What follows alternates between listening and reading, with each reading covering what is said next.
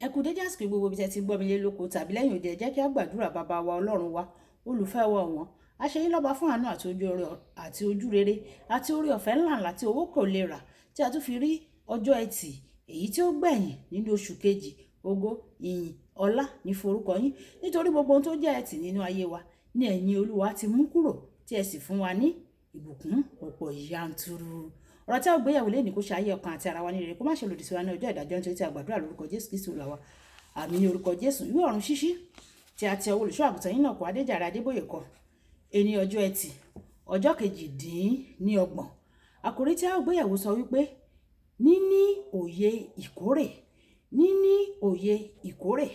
Àmọ́ àkọ́sórí wa nínú ìwé Genesis orí ìkẹjọ ẹsẹ̀ ìkejì-lé-ní-ogún. Genesis orí ìkẹjọ ẹsẹ̀ ìkejì-lé-ní-ogún.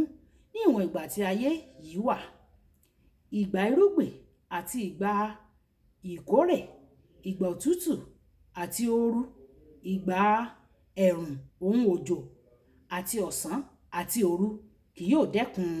Nígbà tí a mú bíbélì kíkà wa nínú ìwé Máàkù orí ìkẹrin ẹsẹ̀ ìkẹtàdínníọgbọ̀n títí dé ẹsẹ̀ ìkọkàndínníọgbọ̀n. Máàkù orí ìkẹrin ẹsẹ̀ ìkẹrìndínníọgbọ̀n títí dé ẹsẹ̀ ìkọkàndínníọgbọ̀n.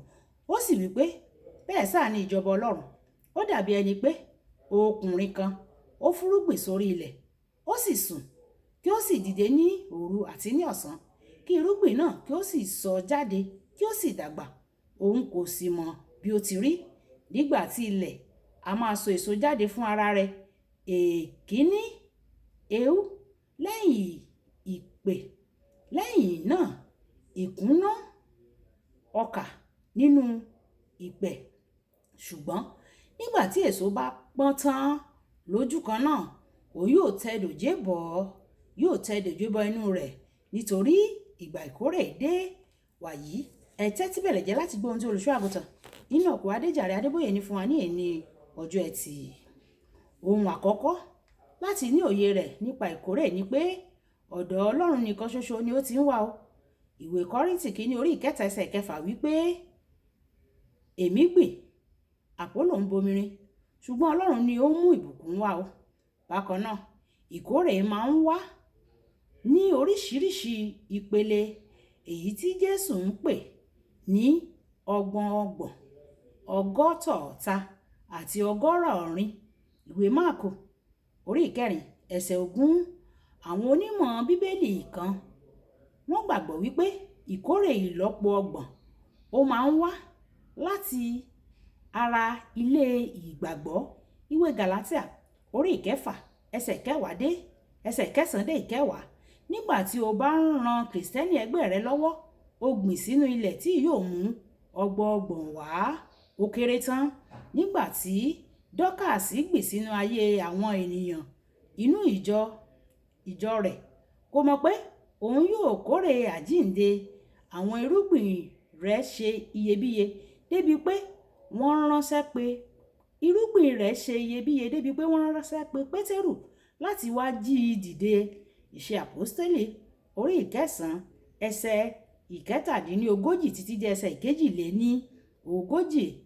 Àwọn onímọ̀ bíbélì kan wọ́n tún gbàgbọ́ pẹ̀lú pé ìwọ yóò kórè ọgọ́ta nígbà tí o bá gbìn sínú ayé ìránṣẹ́ Ọlọ́run.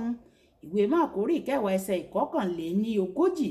Nígbà tí o bá ṣe nǹkan fún olùṣọ́ àgùntàn rẹ tí ó sì wí fún ọ pé Ọlọ́run bùkún fún ọ, irúgbìn rẹ yóò padà wá. Ó kórè tán.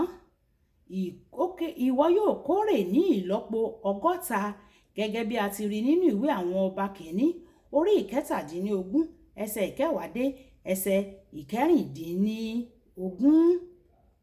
Òpó Sáráfátì àti ọmọ rẹ̀ wọ́n ti bọ́ òun kí ó tó bọlá fún Èlíjà pẹ̀lú oúnjẹ ìkẹyìn wọn.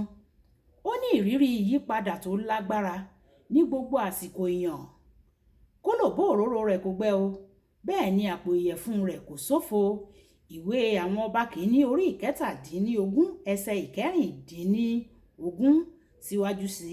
Yàtọ̀ sí ìbùkún ohun ìní, nígbà tí ọmọ rẹ̀ kú, Ọlọ́run mú un padà bọ̀ sí ìyè. Ìwé Ọba kìíní orí ìkẹtàdínlógún ẹsẹ̀ ìkẹrìnlá títí dé ẹsẹ̀ ìkẹrìnléníogún. Àwọn onímọ̀ Bíbélì wọ́n tún gbàgbọ́ pé fífún olórí àlùfáà yóò mú ìkórè ọgọ́rọ̀-ọ̀rún wá. Ìwé Hébérù orí ìkarùn-ún ẹsẹ̀ ìkíní dé ìkẹrin ó sọ fún wa pé olórí àlùfáà ni ẹni tí Ọlọ́run ti yàn láti ṣe aṣojú àwọn ènìyàn níwájú rẹ̀. Aláṣẹ tó ga jùlọ tí Ọlọ́run yàn sórí rẹ̀ ni aṣojú Jésù Kristi, olórí àlùfáà wa, gẹ́gẹ́ bí Hébérù orí ìkẹrìnlá ẹsẹ̀ ìkẹrìnlá títí dé ẹsẹ̀ ìkẹrìndínlógún. Tí o bá fi fún irú ẹni bẹ́ẹ̀, o lè ní ìdánilójú pé Ọlọ́run yóò bùkún ọ ní ìlọ́po ọgọ́rùn-ún àti jù bẹ́ẹ̀ lọ pàápàá. Ibi tí o gbìn àti bí o ṣe gbin irúgbìn rẹ kò ní ipa tó ṣe pàtàkì láti lè mú ìpele ìkórè tí ìwọ yóò rí gbà lọ́dọ̀ Ọlọ́run. Ó yẹ ẹ̀wẹ̀ pé kí o rí i dájú pé ìfúrúgbìn rẹ jẹ́ láti inú ìfẹ́ ọkàn rẹ láti bọlá fún Ọlọ́run ni o, kì í ṣe nítorí o kàn fẹ́ kórè láti ọ̀dọ̀ rẹ̀ nìkan o. Ọlọ́run fẹ́ kí o fi fún un pẹ̀lú inú dídùn àti tọkàntọkàn. Ìwé Kọ́ríńtì kejì orí ìkẹsàn ẹsẹ̀ ìkeje. Máàkù gbàdúrà pé Máàkù orí ìkejìlá ẹsẹ̀ ìkọkànléníogójì títí dé ẹsẹ̀ ìkẹrìnléníogójì. Ó sì máa ń ṣe ìdájọ́ èrò ọkàn rẹ o. Ìwé Sámúẹ́lì kìíní orí ìkẹtàdínlógún ẹsẹ̀ ìkeje. Mo gbàdúrà pé ìwọ yóò ní ìrírí ìbùkún ọ̀pọ̀ bí o ṣe ń bọlá fún Ọlọ́run nípa fífúnni rẹ ní orúkọ Jésù. Àdúrà. Bàbá, mo gba ìkórè ńlá lórí gbogbo irúgbìn rere tí mo ti gbìn ní orúkọ Jésù. Ẹ̀já sọ pé bàbá mi, mo gba ìkórè ńlá lórí àwọn irúgbìn rere mi tí mo ti gbìn ní orúkọ Jésù.